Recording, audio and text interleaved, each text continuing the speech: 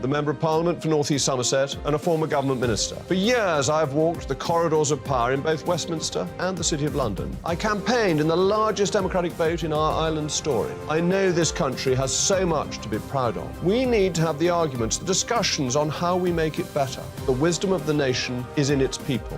Vox Populi, Vox Dei. That's why I'm joining the People's Channel. Join me Monday to Thursday at 8 p.m. on GB News, Britain's news channel.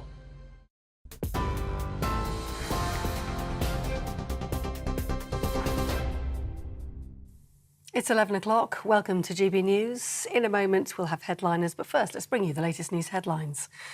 And today, the Prime Minister has addressed potential migrants to the UK by saying if you come here illegally, you can't claim asylum or stay in the UK. Rishi Sunak said the government should be the one who decides who should enter the country, not the criminal gangs. And the Home Secretary, Suella Braverman, earlier admitted it's likely the illegal migration bill may be incompatible with the European Convention on Human Rights. So at a news conference earlier today, GB News' Tom Harwood asked the Prime Minister if he's ready for any legal challenges. Already legions of lawyers are preparing to tackle you over this legislation. Firstly, are you up for the fight? And secondly, what's plan B if they win? Well, look, of course we're up for the fight and wouldn't be standing here if we weren't. But we're confident that we will win. There's absolutely nothing improper or unprecedented about pursuing bills with a 19(1)(b) statement. It absolutely does not mean that the bill is unlawful. We believe that it is lawful, that we are acting in compliance with our international obligations, and we are also meeting our obligations to the British public. Rishi Sunak. The RMT tonight called off planned train strikes after receiving an improved pay offer from Network Rail. Union members were due to take action, industrial action, on the 16th and 17th of March. The organisation says further updates will be given on the national rail dispute in the coming days. Hundreds of people have held a vigil in Cardiff with relatives setting off fireworks to celebrate the lives of 3 people killed in a car crash. Eve Smith, Darcy Ross and Raffle Gian were found dead in the early hours of Monday morning. 2 others were taken to hospital but remain in a critical condition. Questions have been raised by friends and families as to why it took police 2 days to find the group, despite them being reported missing. The Independent Office for Police Conduct says it's investigating the force's response. The trial of the man accused of murdering Olivia Pratt-Corbell has been told she was shot after running downstairs to her mother because she was scared. 9-year-old Olivia died after a gunman fired shots into her home in Liverpool last August. Manchester Crown Court heard the defendant, Thomas Cashman, had been lying in wait for his intended target on the evening of the shooting. He denies murder. And lastly, parts of northern England and Scotland were hit by a sudden cold snap today, with temperatures forecast to drop further to -15 in some regions. More than 4 inches of snow fell in northern Scotland, and around 8 inches are forecast for later on this week. A yellow weather warning for snow and ice remains in place for most of the UK, with tonight expected to be the coldest night of the year so far. That's all your latest news headlines. Now headliners.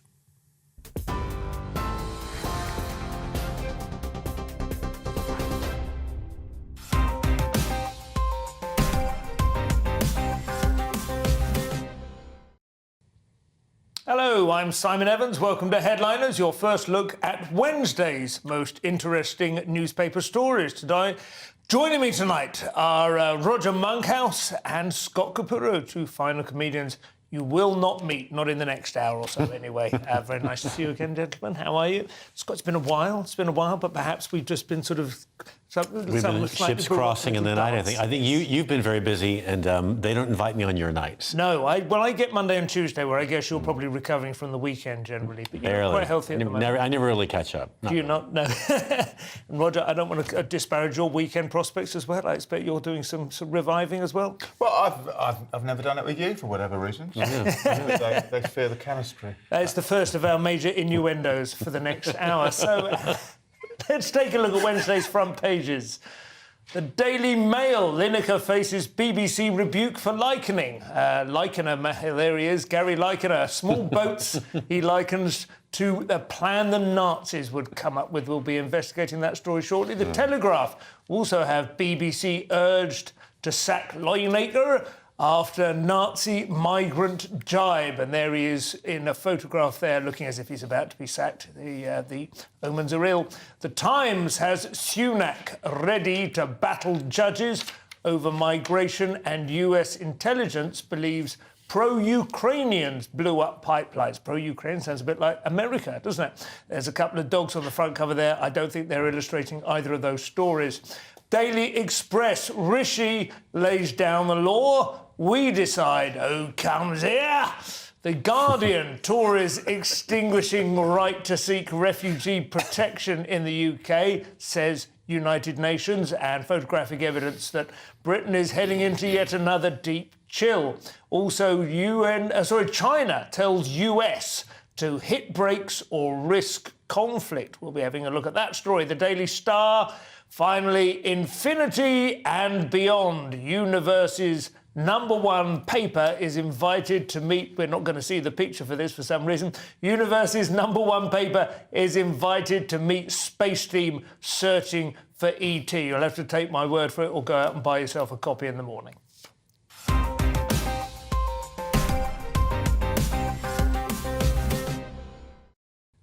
So let us begin with Wednesday's Daily Express and the story that is dominating the front pages. Roger?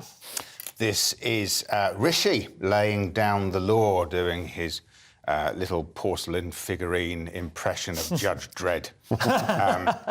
More Teen Titan, isn't he? It's very hard to take him seriously. He doesn't do anger well, one way or another, does he? He doesn't have a huge amount of emotional range generally, I don't think, does he? That's it, exactly that. And the more and more I listen to him, the more he sounds like some sort of a talented sixth former impersonating Tony Blair. Tony Blair, exactly. He's even got the thumb. Yeah. But some people are quite pleased about that. I think some people find that reassuring and calming after the turbulence we've had over the last I see years. clips of him and I'm thinking, why is he bubbly and bouncing so much? The world's in turmoil. Why is he seems out of touch. Great. He's twisted a couple of knobs. He's tweaked a couple of metrics. Oh, right. Yeah, okay. There's #2. I know he's very athletic and maybe he's drinking a lot of caffeine in the morning. It makes him really hyped up. Listen, he's married, as has been discussed. He was accused online today on Twitter by somebody I follow of having incel energy, as in involuntary celibate, you know. Oh, right. And being a guy who's read in a book that talking tough about refugees is the sort of thing that gets you women. Well, he is married to one of the world's most beautiful and wealthiest women. Yeah, he is. You know, that's not incel famously. energy, is it? He's clearly got something going right. I think that's the thing about him, though. He foxes. He's a technocrat. I think he thinks he's doing really well. I think people are patting him on the back and saying, look how long you've lasted. Like 180 days. Yeah. You're killing it. There's half a dozen lettuces wilting in his trail now that failed to keep up with him. He's onto some of the really more longevity vegetables now. And they're keeping him in a bubble. They're not telling him what's really going on around him because this stuff he's trying to pass will never work. He is doing well in many ways, but of course the polls aren't shifting. No. And interestingly, in terms of politics, this is one of his 5 pledges, isn't it? Yeah. And of course it's the least likely that he's capable of actually doing But as anything you know, about. as people even further to the right than myself have pointed out, this has been a pledge of every Tory government that's come in since about the mid-80s. And yet nothing has happened. And if Yeah. anything, it's now surging with what is... And this feels a lot like a bill which is designed really to be...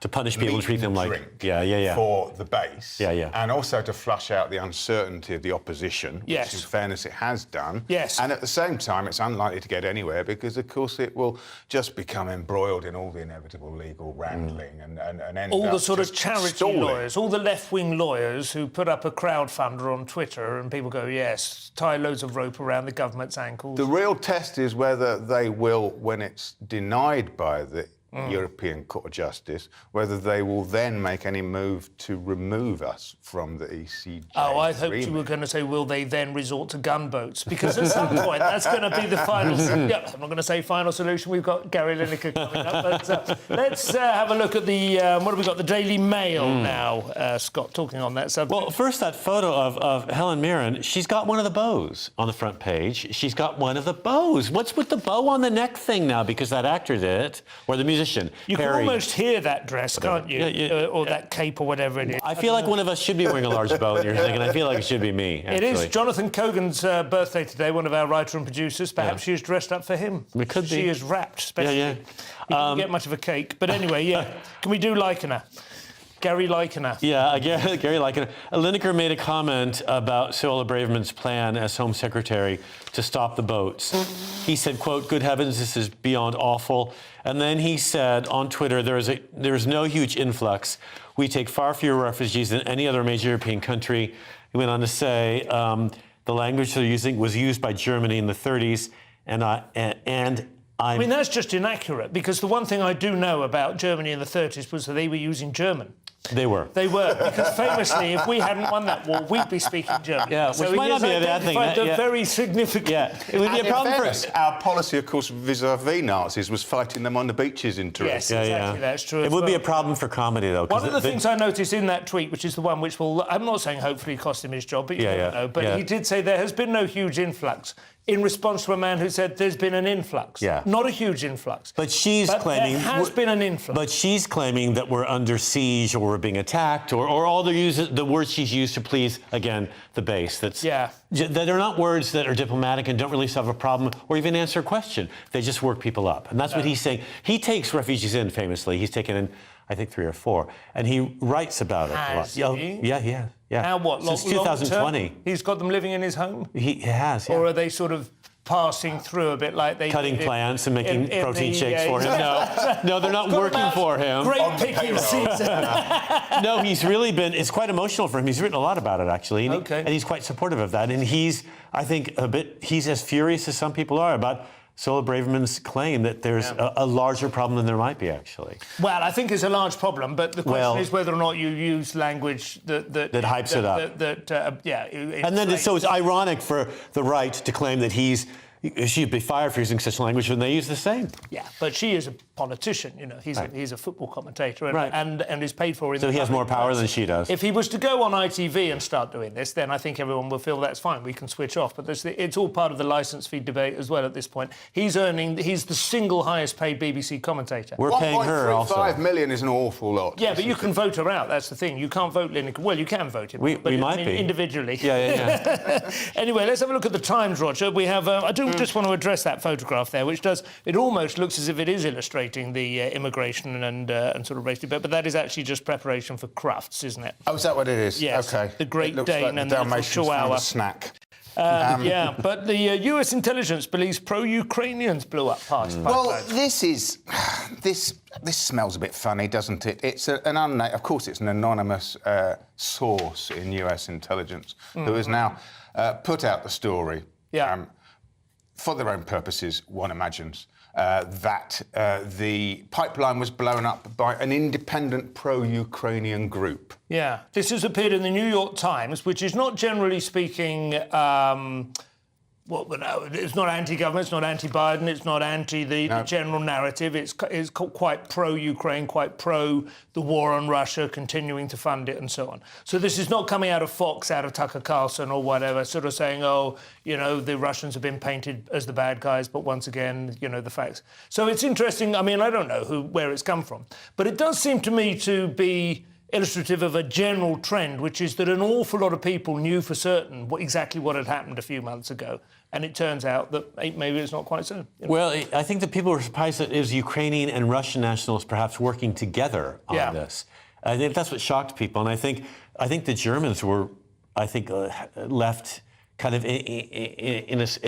struggling with an explanation of what occurred because they felt as though they should have been on watch on this, and they weren't. Yeah. So I think a lot of people got in trouble, and America's trying to kind of wash their hands of responsibility for it. It begs the question how difficult it is to blow up a pipeline, and honestly, I have no practical understanding. It may not be that difficult to do it. It's difficult to do it unobserved, isn't it? That's the point. If they were patrolling the area, and it looked like there were some people saying, well, it's clearly come from the inside, which would have suggested it was Russia. They would have sent something down inside, and then once once it got there, exploded it. But this is now saying that's not true. And, of course, it just proves the fog of war thing, doesn't it? I mean, there's just it's so little information. But the Russians didn't have to destroy it. They could just stop the flow of oil. That's all they had to do. They have done that anyway. And then they say the argument was, which I didn't buy, but the argument was that if they destroyed the pipeline, then it would change the liability. Basically, they would be able to claim it on the insurance.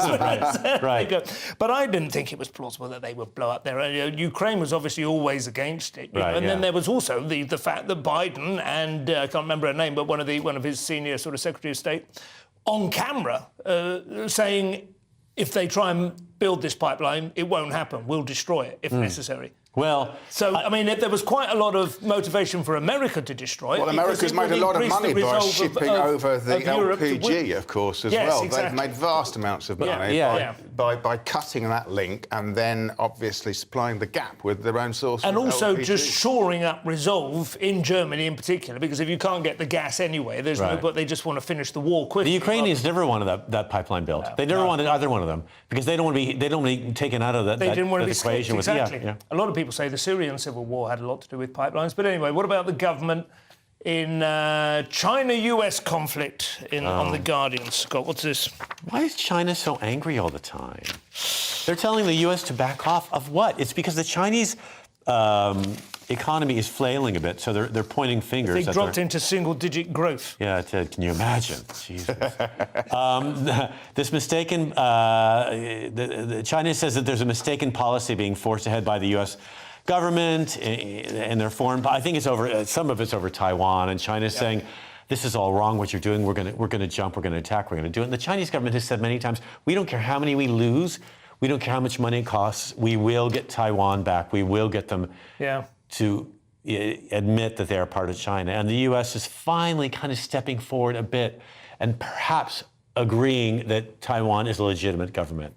And that's what China's angry about. That was it. That was Donald Trump did that on the first day. Phoned Taiwan before he phoned China. Remember that? But Biden is being actually quite hawkish and belligerent all over the world. And particularly, of course, with Ukraine and Russia, which is surprising because it's a reverse sort of policy, perhaps the isolationist tendencies of American administrations, not just Trump's, but perhaps over the last couple of decades. But now with Taiwan, who produce, is it 80% of the world's microchips? A lot. And they're so important. They're very, very important. So, of course, America and the West cannot afford to lose realistically. I mean, I think Biden, was willing to be, a bit separatist over the war, but it's been going on for too long now. And he's worried that the Americans will lose faith and we'll start to think it's too much money being spent. Well, that is the front page is done. Join us in a few minutes for a giant brothel, the gender pay gap. And if you think that giant brothel might close that pay gap, well, that's a thought crime in the United Kingdom. Unthinkable. We'll see you in a couple of minutes.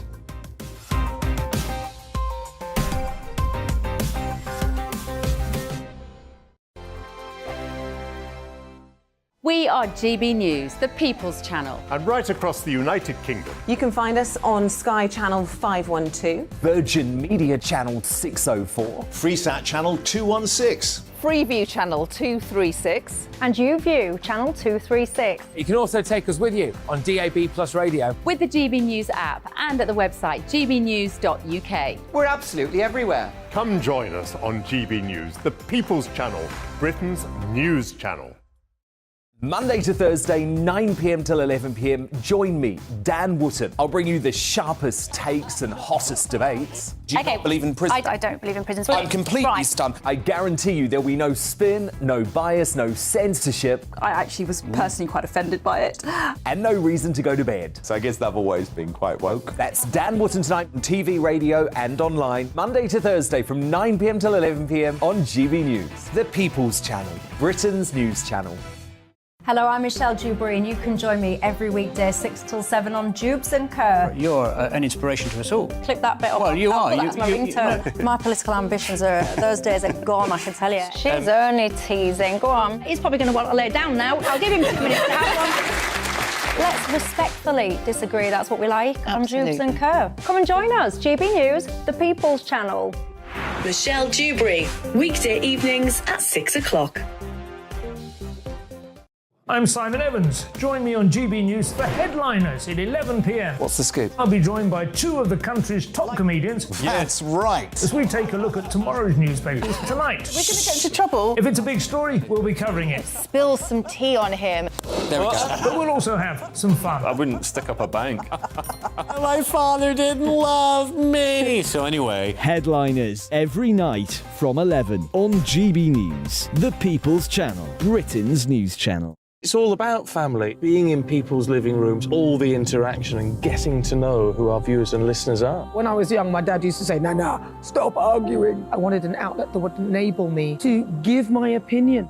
People are going through a really hard time right now, and I know that you don't feel like you're being listened to by the establishment. I came to GB News because it's the People's Channel, and I want the audience to have their say on the events of the day. We're dynamic. We do something different. Democracy shows that the wisdom of the nation is in its people. I get to travel to find out what the story is from a personal perspective. The British people aren't fools. We know when we're not being told the full story. We've got to work out how Britain moves forward from this.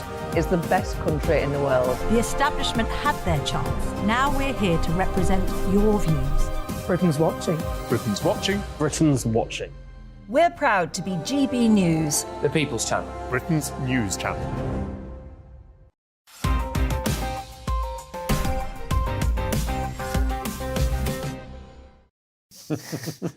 Hello, welcome back to Headliners with me, Simon Evans, Roger Monkhouse and Scott Capurro. We kick off Wednesday's Mail now, and whoa, we're halfway there.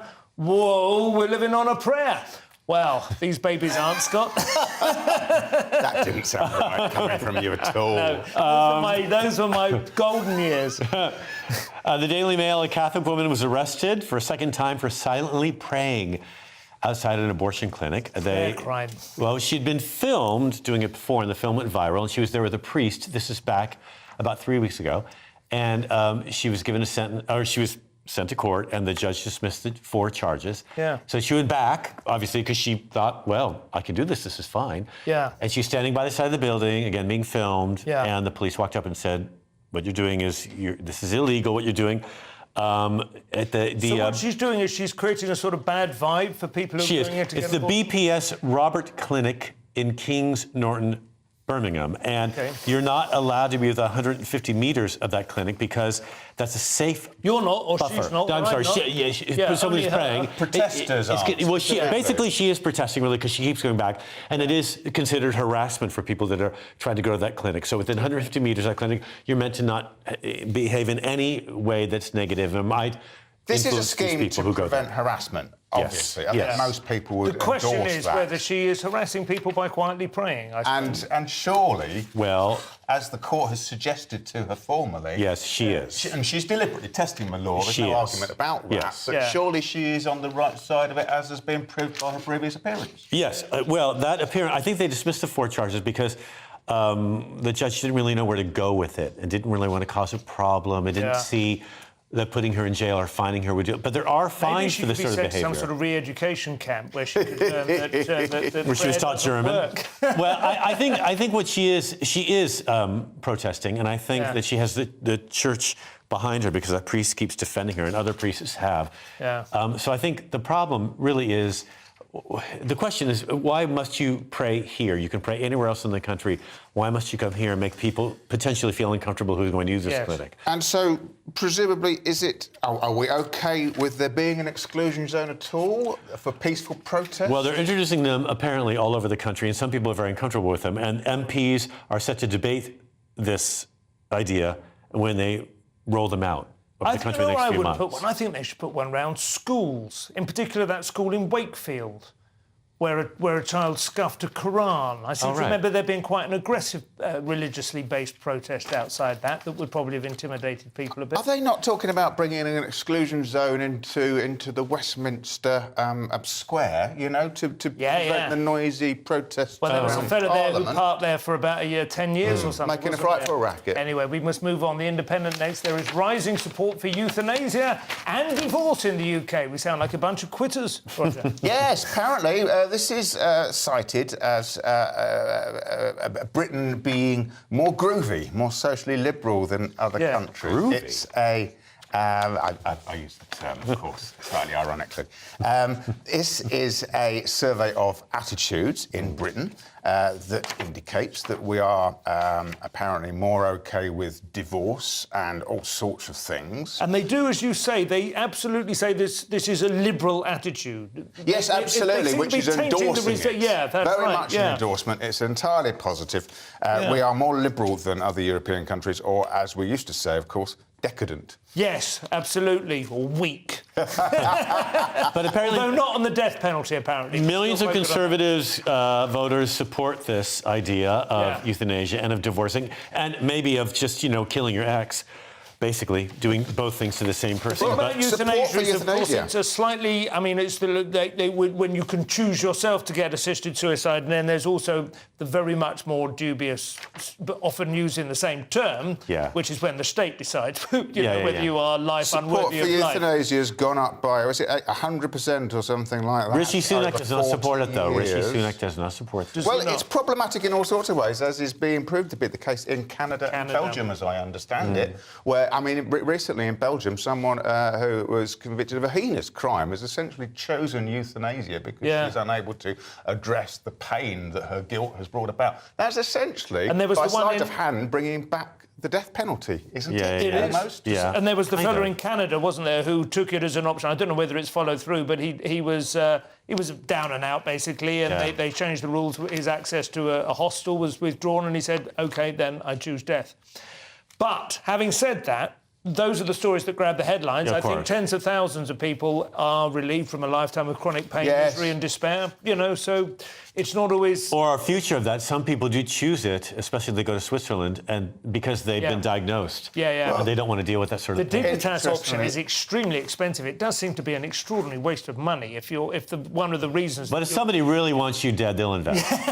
They will. They'll pitch in. On to the Telegraph now. And a giant brothel is to be built near an EU drug regulator, a giant brothel, fee-fi... Let the party start. I mean, it's about time. The EU... apparently, this medicine regulator was located in London, and they had to move to Amsterdam after Brexit. And now the Dutch are saying, well, we're going to put you next to a huge brothel. And this erotic centre, I've been reading about for quite a while. A lot of prostitutes, sex care workers, don't want it built. But can I just check, have you just said, is the drug regulator is being moved to be near the brothel, not the other way round? No, well, the drug regulator. Who was here first? This is Lord Denning. The brothel has been planned for quite a number of years. Okay, and I've been reading about it for quite a long time because I have some friends in the biz, and they don't want to work in a place like that. They want to stay in the red light district. They don't want to work in a brothel? No, they don't want to work in a brothel mall is basically what it is. Because I think it takes away the charm and the kind of influence they have with their customers. They're trying to kind of diminish the strength and the power. It's crazy to me. The red light district in Amsterdam, one of the greatest draws the city has. Yeah. And they're also going to stop... turning it into a sort of statist kind of... And they're stopping people from smoking weed around there, which is ridiculous. The red light district, as you say, what is referred to as the red light district, is also exactly where the marijuana culture is. Oh, how dare they. Where all the fun is. Yeah. And now they want to quell the fun and move this regulatory commission, this medicine regulator next to the brothel mall. Do you think there'll be an EU smoking cafes as well? The coffee shops, as they call them. Well, they're being increasingly regulated, and Amsterdam's trying to clean up its act, basically. Well, but why? It's like the city has chosen not to be the magnet for disaffected youth throughout Europe. I can understand that. They've got a Rijksmuseum, haven't they? They've got a Concertbelt. It's actually, strangely enough, quite classy, is it not? We all know because people are saying the Vermeer exhibition is the exhibition of the century. Of course, it's a fabulous city in all sorts of ways, but it's also, at its heart, over the last 40 years, since they legalised all this, essentially, or decriminalised it, it's become rather seedy and rather unpleasant. Jacques Brel in Old Amsterdam, he knew... Everybody smokes weed, and I think it's sweet that they have little stores and shops to go to. I mean, for some people, it's an adult Disneyland. I think it should stay that way. It should remain a cottage industry. I do tend to think either legalise it or turn the other cheek, but don't turn it into some miserable 4 floors of... Well, they're deliberately killing it by putting it in a state... It's how they ruined the Holocaust Museum. They made that a mall, too. Guardian Australia now. Finally, some good news, Roger. The gender pay gap has grown. Stick that up your international... Crikey, yes. It turns out, this is according to research by Dr. Amanda Gosling, a senior lecturer in economics at the University well, of there's your clue, isn't it? She has discovered, or argues, that the closing of the pay gap between men and women since the 1970s has largely been driven by economic factors such as the minimum wage and falling wages for less educated men rather than societal progress. And the wage gap, particularly between mothers and fathers, is now greater than it was.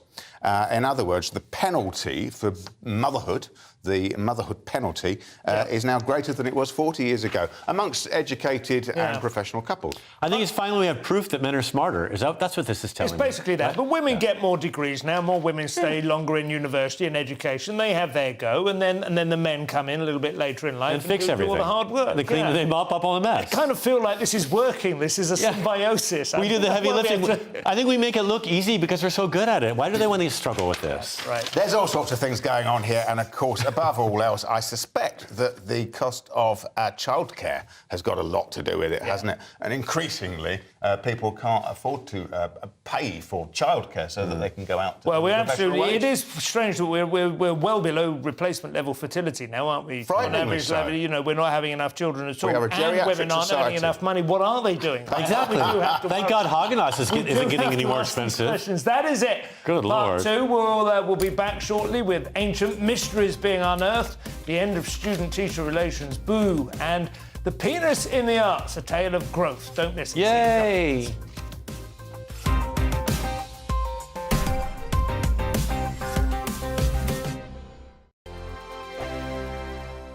I joined GB News because I was sick and tired of not hearing my views being represented, not just mine, but so many people that I knew and spoke to. I just couldn't get my voice out there. I couldn't say anything. I couldn't do anything. Whatever the narrative was, I kind of had to follow it. GB News is there to provide a voice for those who have been ignored by the establishment media. We think different things, we've got a different style. GB News is here to be optimistic and positive about the future. It's real kind of dynamic and flowing, with the audience very much at the heart of it, like a big family. Here at GB News, we talk about the things that matter to you. Hearing the voices from right across our towns and cities, especially our towns. All sides of the argument represented with a heavy dose of opinion. We're on a mission here to make a difference. And the GB News family really is here for you, and whatever time of day you can watch or listen. Britain's watching. Britain's watching. We're proud to be GB News. The People's Channel. Britain's news channel. Westminster is going around in ever-decreasing circles, followed by the media. Britain is broken. How on earth did we get into this mess? But more importantly, how do we get out of it? Join me at 7 p.m, Mondays to Thursdays on Farage. Here on GB News, we will have open, rational debate. We've got to work out how Britain moves forward from this. Join us here on GB News, the People's Channel. Britain is watching. You've probably seen politicians interviewed 1,000 times, but we do it differently. We find out who they really are, we don't shout, we chat, and hopefully we bring a bit of light, not just heat. Did you know Kate Moss? Apparently. Do you have a pair of jeans or a pair of jeans? No, of course I don't. What would I do with them? My friends are like, oh my God, what's she doing now? Join me every Sunday at 6 for Gloria Meets, only on GB News, the People's Channel, Britain's news channel. I'm Jacob Rees-Mogg, the Member of Parliament for North East Somerset and a former government minister. For years, I've walked the corridors of power in both Westminster and the City of London. I campaigned in the largest democratic vote in our island's story. I know this country has so much to be proud of. We need to have the arguments, the discussions on how we make it better. The wisdom of the nation is in its people. Vox Populi, Vox Dei. That's why I'm joining the People's Channel. Join me Monday to Thursday at 8 p.m. on GB News, Britain's news channel. I'm Mark White. As GB News Home and Security Editor, I cover those key issues that are so important to you. Our authorities, our communities doing all they can to combat violent crime. With the public services under unbearable strain, why are we still failing to control our borders? Defence, the first priority of any government, has been continually hollowed out. Can we trust our politicians to protect the armed forces? Join me, Mark White, on GB News.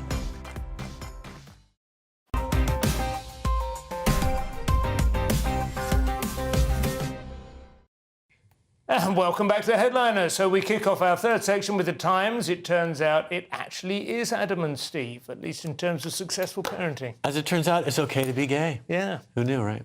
Yeah.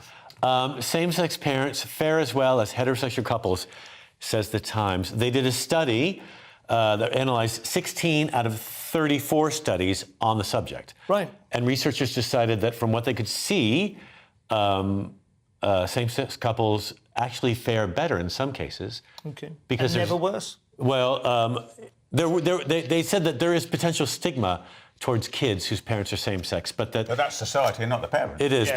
but it affects the kids when they go to school and stuff with their friendships. Sure. And but there's less gender stereotyping in gay couples for the kids. Okay. So as the kids grow up, they don't have to worry about that gender.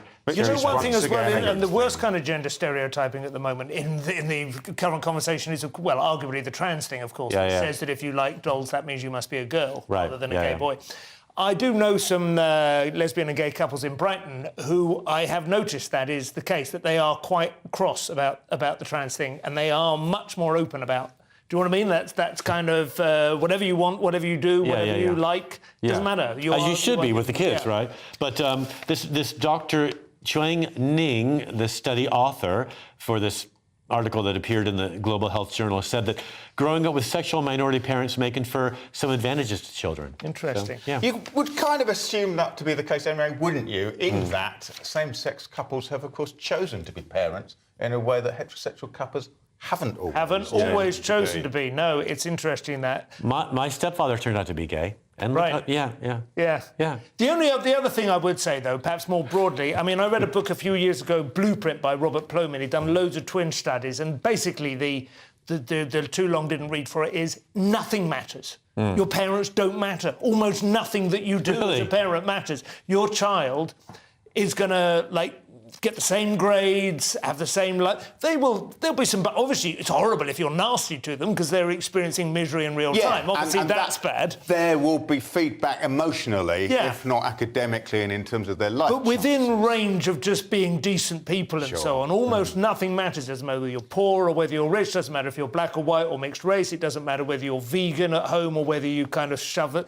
By the time they're 20, 22, you know, they find their own course. I have often observed that given how messed up most children's backgrounds typically are, it's amazing that most adults actually turn out to be well-adjusted human beings. We are basically like little solid lumps of balsa wood or cork. We bob to the surface as soon as we're released. So anyway, the Express now, it seems the woke mob are banning student-professor relationships now. This is lunacy. I would never have got it at all if we had middle year 3. But astonished that apparently relationships between professors, tutors and students at Oxford were formally allowed. But finally, Oxford has got round to banning them because all young people are so awful nowadays, presumably to protect their staff. But it says that they're strongly discouraging any close personal relationships with students between them. It's ridiculous. I lived with my lecturer at Birmingham University. I was so lucky to live with her and her boyfriend and her brother and his...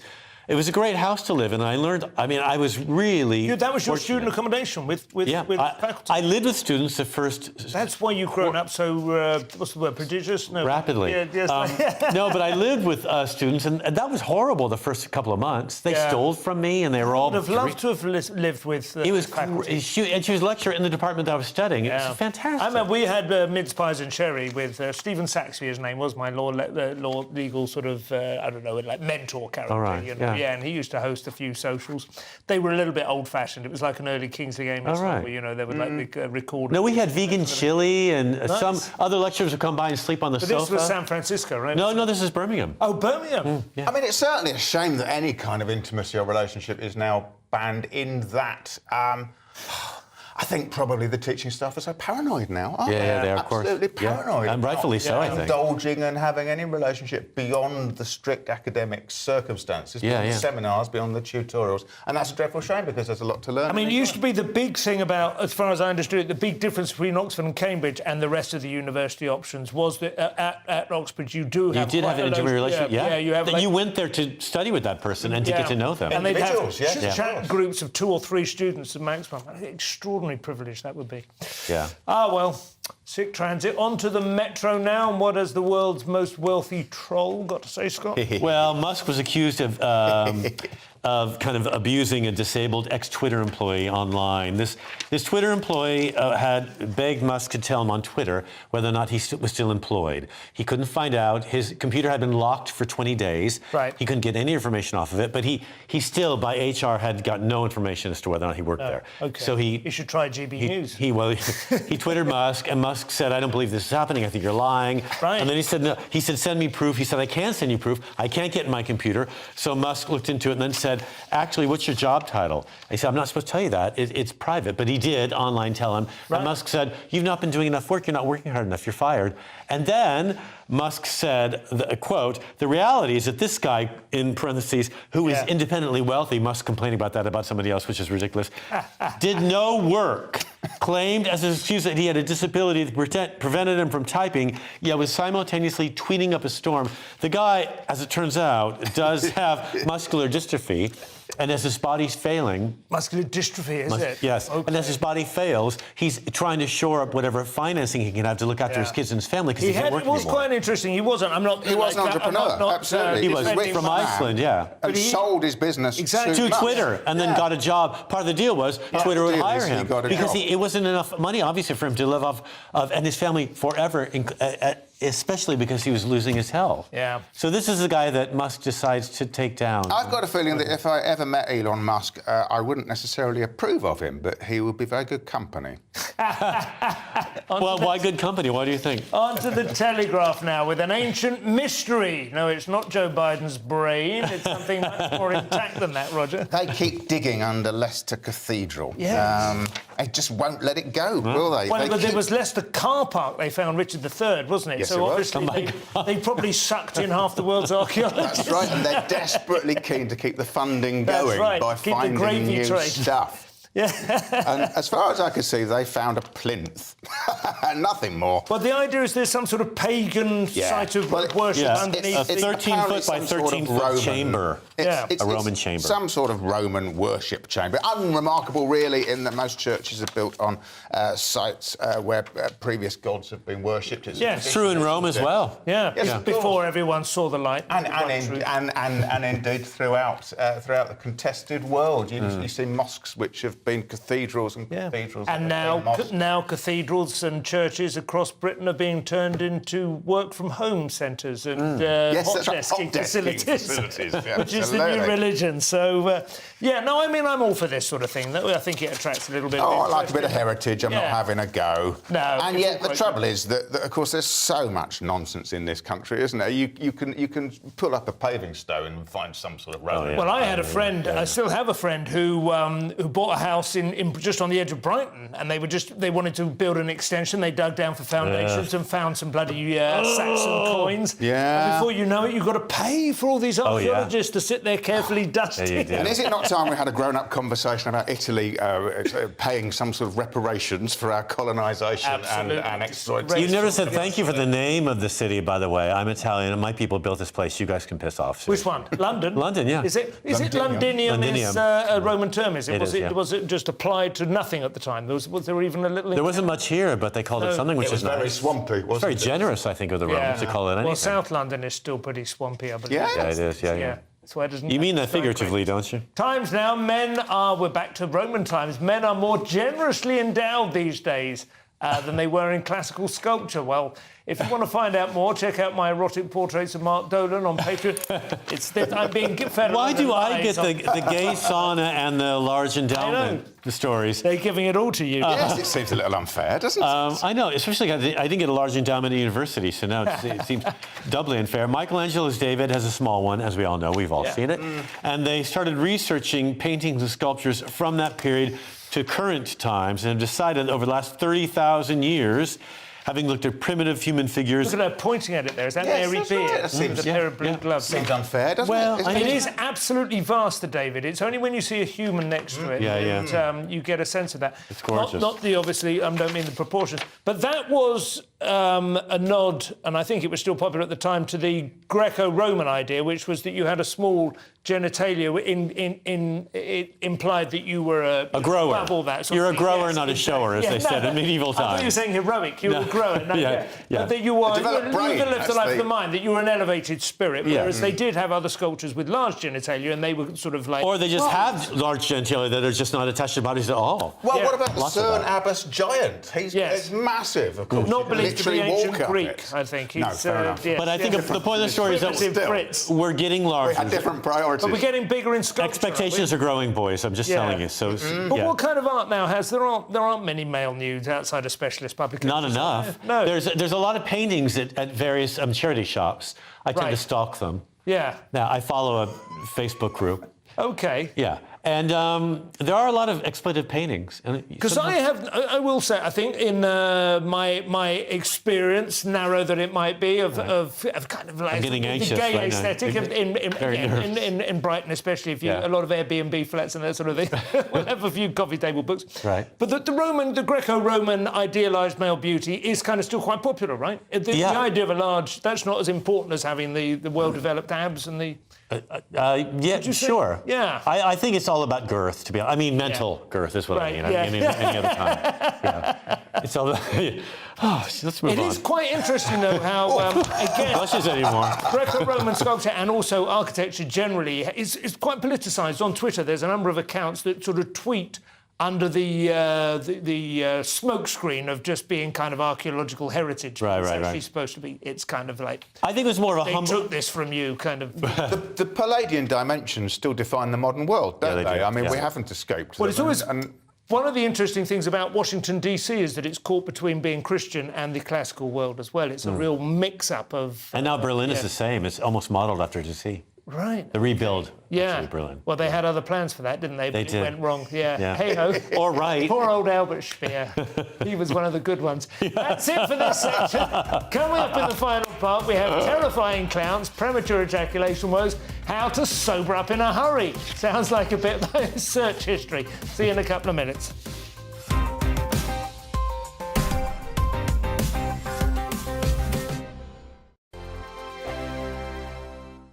First and foremost, I am a GB News fan, and I was before I was working here. Just love the fact that we're asking the questions that a lot of establishment media won't ask. With a bit of a twist, we not only want to inform you, but we want to keep you entertained. It's worth the drive because you get in and the team's all ready and waiting, they're itching to go, and it's a proper little family. GB News is the People's Channel. It's the audience that makes the programme sing. We're giving our viewers and our listeners a voice. I see the thousands of your letters, tweets, emails, you name it, coming in. Britain is broken. How on earth did we get into this mess? But more importantly, how do we get out of it? The establishment had their chance. Now we're here to represent you. It's time for something different. It's time for GB News. I'm very patriotic. I believe in Britain. Our best days lie ahead. Britain's watching. Britain's watching. Join us here on GB News. The People's Channel. Britain's news channel. Hi, Andrew Pierce here. Join me every Friday lunchtime for a proper no-nonsense debrief of the week's events. With special guests in the studio and the GB News team on the ground, I'll be getting you up to date with news, some intelligent discussion, and my own sharp take. The weekend starts here with me every Friday lunchtime on GB News, the People's Channel, Britain's news channel. I'm Michael Portillo. Join me on GB News on a Sunday morning for topical discussion, debate, arts and culture, and sometimes even ethical dilemmas. I don't always agree with you, Michael. Michael Portillo, Sundays on GB News, the People's Channel, Britain's news channel. I'm Andrew Doyle. Join me at 7 o'clock every Sunday night for Free Speech Nation, the show where I tackle the week's biggest stories in politics and current affairs with the help of my two comedian panellists and a variety of special guests. Free Speech Nation, Sunday nights from 7 on GB News, the People's Channel, Britain's news channel. Here on GB News Live, we'll be keeping you in the picture, finding out what's happening across the country and finding out why it matters to you. We'll have the facts fast with our team of reporters and specialist correspondents. Wherever it's happening, we'll be there from 12 noon on TV, radio and online. GB News, the People's Channel, Britain's news channel. Join me, Patrick Christie's Monday to Friday, 3 till 6. We tackle the day's news agenda like you've never seen before. It's high tempo, high octane, the most controversial topics, and the best guests. You will not be able to take your eyes and ears off it. I'm not afraid to ask the questions that you really want answered. 3 till 6 p.m, Monday to Friday on GB News, the People's Channel, Britain's news channel. Join me, Lawrence Fox, on GB News. Frank, fun, fearless, and sometimes serious. Much as I love a Friday night punch-up, what I really want is a battle of ideas. I want to look at things differently. I want to hear different voices and engage with your unique experiences. Every Friday at 7 p.m. on GB News.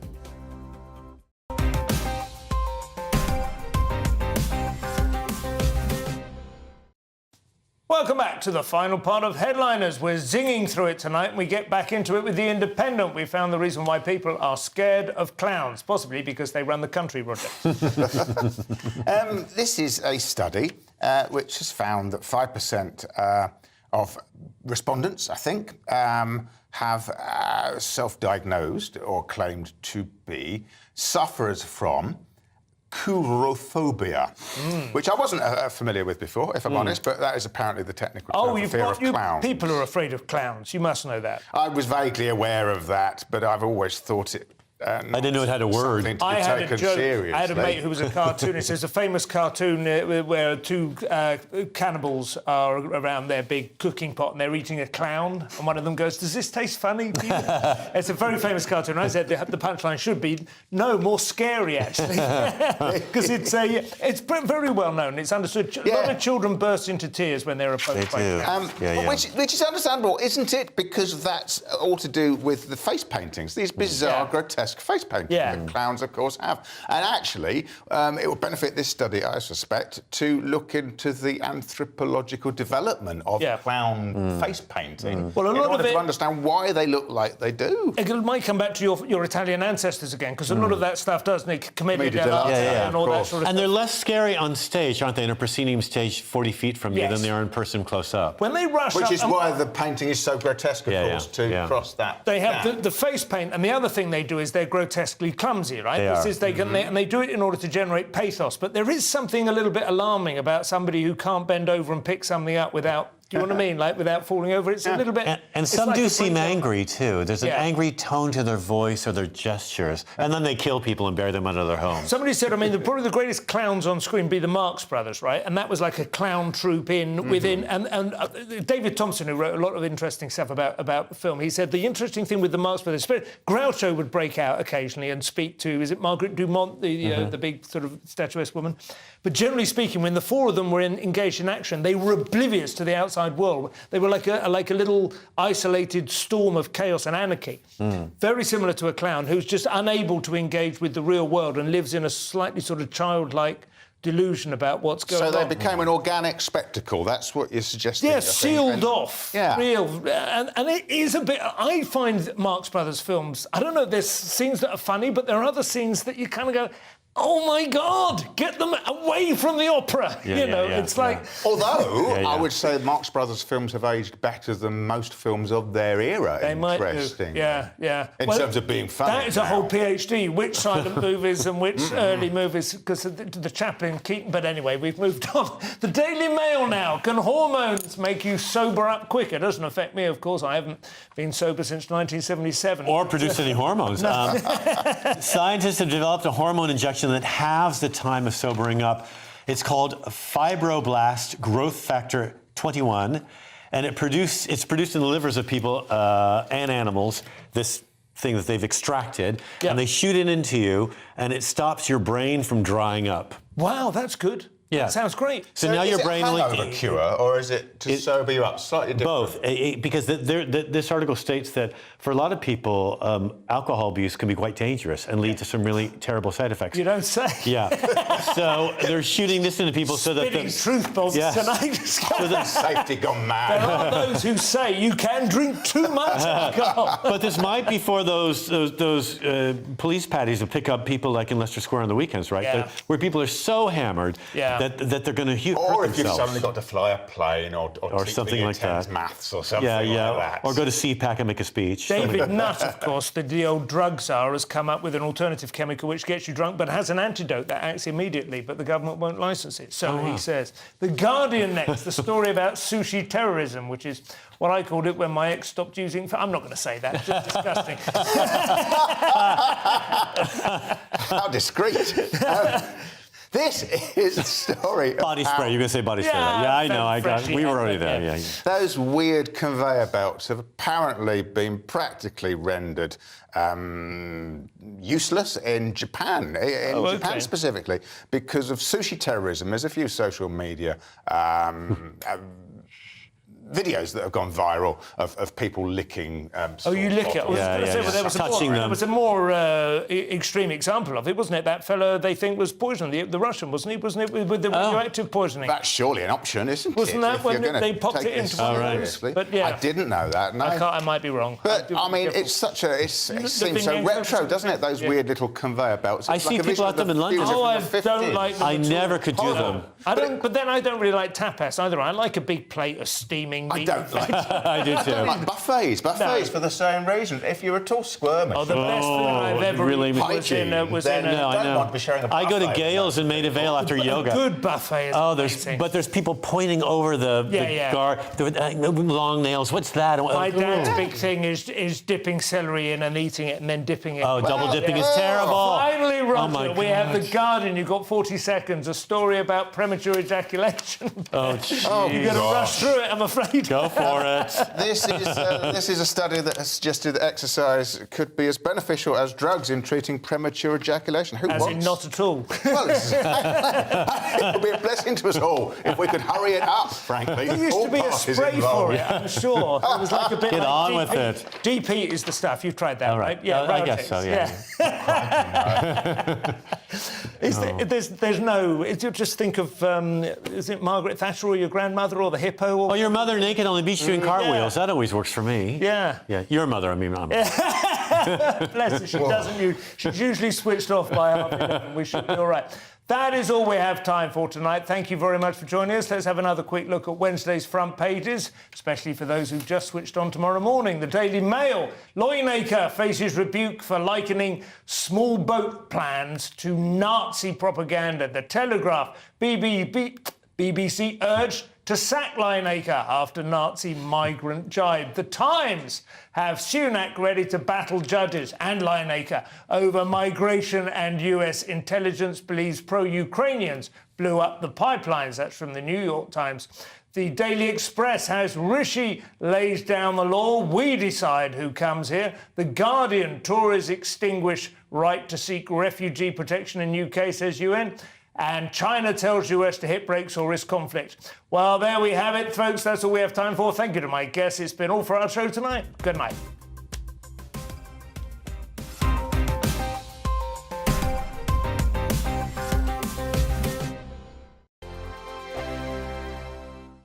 Monday to Thursday nights on GB News. At 6, it's Dubes & Co. 7 o'clock, Farage. At 8, join Jacob Rees-Mogg. And at 9, Dan Wootton Tonight, followed by Headliners. On TV, radio and online. This is GB News. It's all about family, being in people's living rooms, all the interaction and getting to know who our viewers and listeners are. When I was young, my dad used to say, Nana, stop arguing. I wanted an outlet that would enable me to give my opinion. People are going through a really hard time right now, and I know that you don't feel like you're being listened to by the establishment. I came to GB News because it's the People's Channel, and I want the audience to have their say on the events of the day. We're dynamic. We do something different. Democracy shows that the wisdom of the nation is in its people. I get to travel to find out what the story is from a personal perspective. The British people aren't fools. We know when we're not being told the full story. We've got to work out how Britain moves forward from this. It's the best country in the world. The establishment had their chance. Now we're here to represent your views. Britain's watching. Britain's watching. Britain's watching. We're proud to be GB News. The People's Channel. Britain's news channel.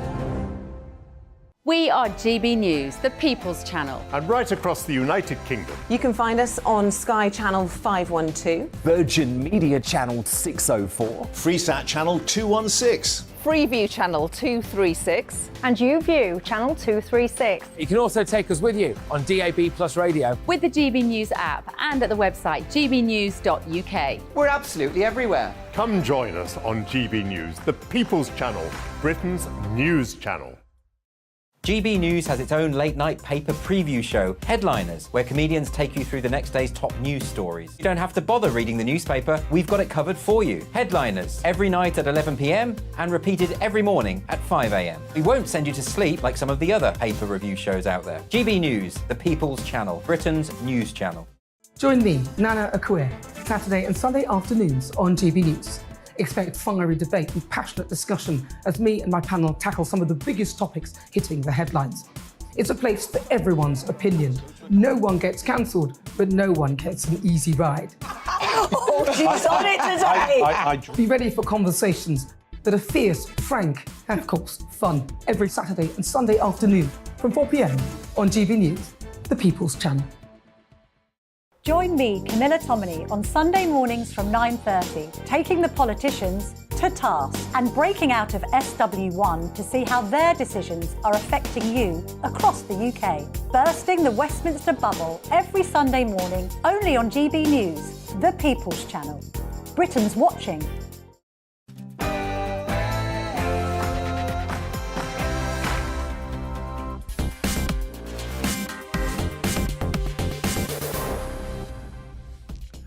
Well, a day of very big pronouncements from the Home Secretary and the Prime Minister. New legislation to stop the boats.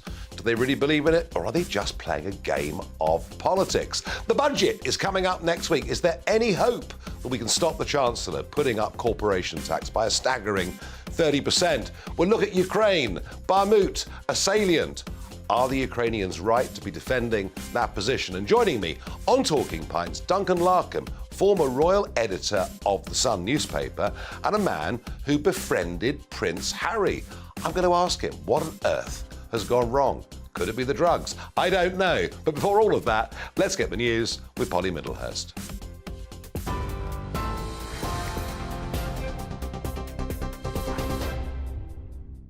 Nigel, thank you, and good evening to you. The top story tonight on GB News. The Prime Minister has addressed potential migrants to the UK by saying if you come here illegally, you can't claim asylum or stay in the UK. Rishi Sunak says the government should be the one who decides who should enter the country, not the criminal gangs. And the Home Secretary, Suella Braverman, earlier admitted it's likely the illegal migration bill may be incompatible with the European Convention on Human Rights. Well, at a news conference, GB News' Tom Harwood asked the Prime Minister if he's ready for any legal challenges. Already legions of lawyers are preparing to tackle you over this legislation. Firstly, are you up for the fight? And secondly, what's plan B if they win? Well, look, of course we're up for the fight and wouldn't be standing here if we weren't. But we're confident that we will win. There's absolutely nothing improper or unprecedented about pursuing bills with a 19(1)(b) statement. It absolutely does not mean that the bill is unlawful. We believe that it is lawful, that we are acting in compliance with our international obligations, and we are also meeting our obligations to the British public. Sunak speaking earlier. Well, Sir Graham Brady, the chairman of the 1922 committee, has said today that he's going to stand down at the next election. Sir Graham, who'd been Conservative MP for Altrincham and Sale West since 1997, said in a statement, "Representing my hometown in the House of Commons has been an immense privilege for which I'll always be grateful." In other news today, the trial of the man accused of murdering Olivia Pratt-Corbell has been told she was shot after running downstairs to her mother because she was scared. 9-year-old Olivia died after a gunman fired into her home in Liverpool last August. Manchester Crown Court heard today that the defendant, Thomas Cashman, had been lying in wait for his intended target on the evening of the shooting. He denies murder. And finally, parts of northern England and Scotland have been hit by a sudden cold snap, with temperatures forecast to drop to even -15 in some regions of the UK. More than 4 inches of snow fell this morning in northern Scotland, and around 8 inches are forecast for later this week. A yellow weather warning for snow and ice remains in place for most of the UK, with tonight expected to be the coldest night of the year so far. Wrap up warm. That's it from me. I'm back in an hour. Now here's Farage.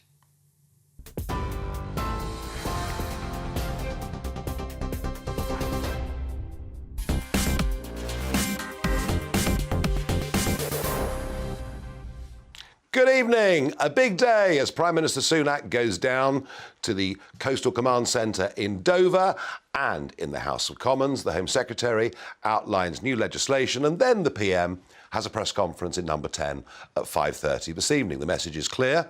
The new legislation is going to very clearly say, if you come to this country illegally, with only a very few exceptions, you are going to be detained. Anyone that comes after today, you are going to be detained.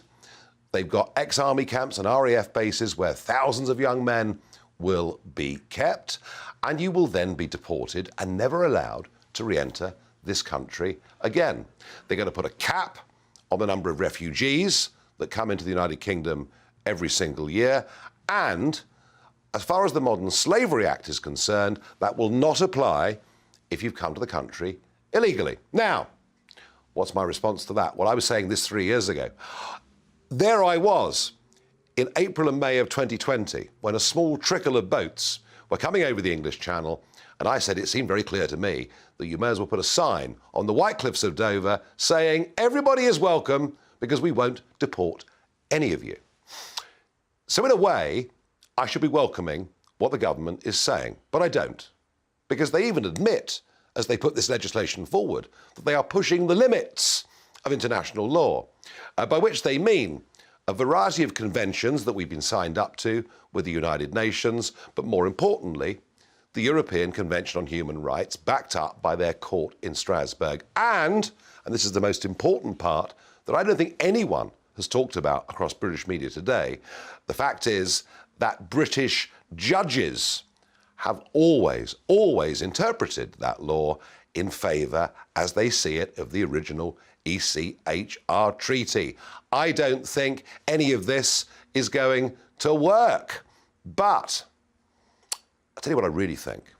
I really think what the Conservatives are trying to do is to expose Labour. Now, the Labour response to this was, well, where on earth are you going to deport people to if you haven't got any agreements? It was a reasonable point. They also pointed out that the last Labour administration did actually deport tens of thousands of people who were here illegally, something the Tories haven't done.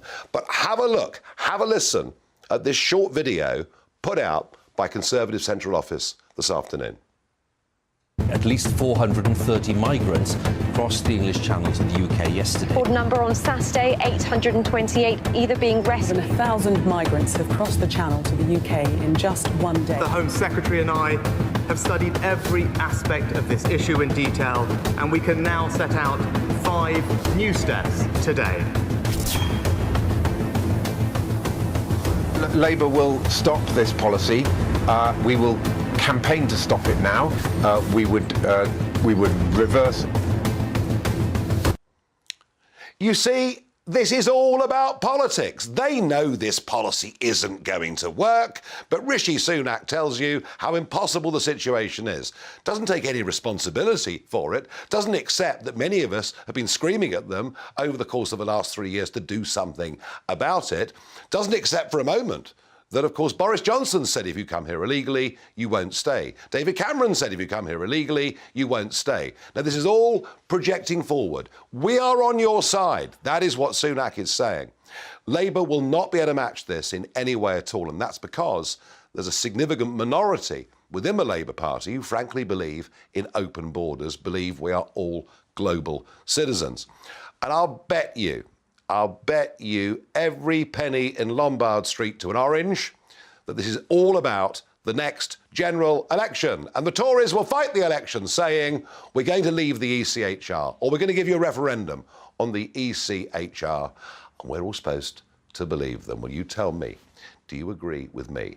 Is this really just all about politics? Farage at gbnews.uk. Please give me your responses. Well, I'm very pleased to say I'm joined by Alexander Down, a former Australian Foreign Minister, but more significantly, an advisor to the government on immigration policy, based, I think, Alexander, on the previous successes of the Australians in dealing with this problem. And in good time, I'll come to that. Yeah. To begin, do you honestly, really, truthfully think